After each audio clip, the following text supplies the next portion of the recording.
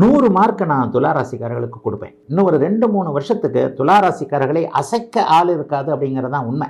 பெருத்த தனலாபத்தை, வியாபார நன்மையை, வேலை நன்மையை, தொழில் நன்மையை, மாற்றத்தை, முன்னேற்றத்தை, ஏற்றத்தை அத்தனையும் கொடுக்கக்கூடிய அமைப்பு, நினைத்தது நடக்கக்கூடிய அமைப்பு, அதிர்ஷ்டம் கிடைக்கக்கூடிய அமைப்பு. என்ன பாருங்க, துளாராசிக்காரங்களுக்கு ஜாக்பாட் அடிக்குது.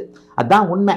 11ஆம் இடத்தில் இருக்கக்கூடிய கேது உங்களுக்கு வெற்றிகளை தரக்கூடிய அமைப்பு. சட்ட போராட்டம் நடத்தி கொண்டிருப்பவர்களுக்கு அப்படியே நல்ல நிலைகளை கொடுக்கக்கூடிய ஒரு நிலைமை. அதைவிட முக்கியமாக மிகப்பெரிய அளவில் இதுவரை பங்குச்சந்தை போன்ற அமைப்புகளில் லாபம் கிடைக்காதவர்கள், சூதாட்டத்தில் பணத்தை பறிகொடுத்தவர்கள், ஏதேனும் ஒரு நிலையில் காசு பணத்தை இழந்தவங்க, குடும்பத்தில் நிம்மதி இல்லாதவங்க, அவ்வளவு பேருக்கும் அப்படியே இழந்த பணத்தை திருப்பி கொடுக்கக்கூடிய தன்மை, நல்லவைகள் நடக்கக்கூடிய தன்மைகள் என எல்லாம் நிறைவாக இருக்கக்கூடிய அமைப்புகள் இப்போது துளாராசிக்காரங்களுக்கு வந்துடுதுங்க. ஆக இந்த வருஷம் நடக்கக்கூடிய 3 பெயர்ச்சிகளும் நன்றாக இருக்கக்கூடிய இந்த தன்மையில 6ஆம் இடத்தில் இருக்கக்கூடிய சனி அபரிதமான நல்ல லாபத்தை தருவார். என்ன லாபத்தை தருவார்? கடனை தீர்ப்பார், நோயை தீர்ப்பார், எதிர்ப்பை தீர்ப்பார், எதிரிகளை வலுவிழக்க வைப்பார்.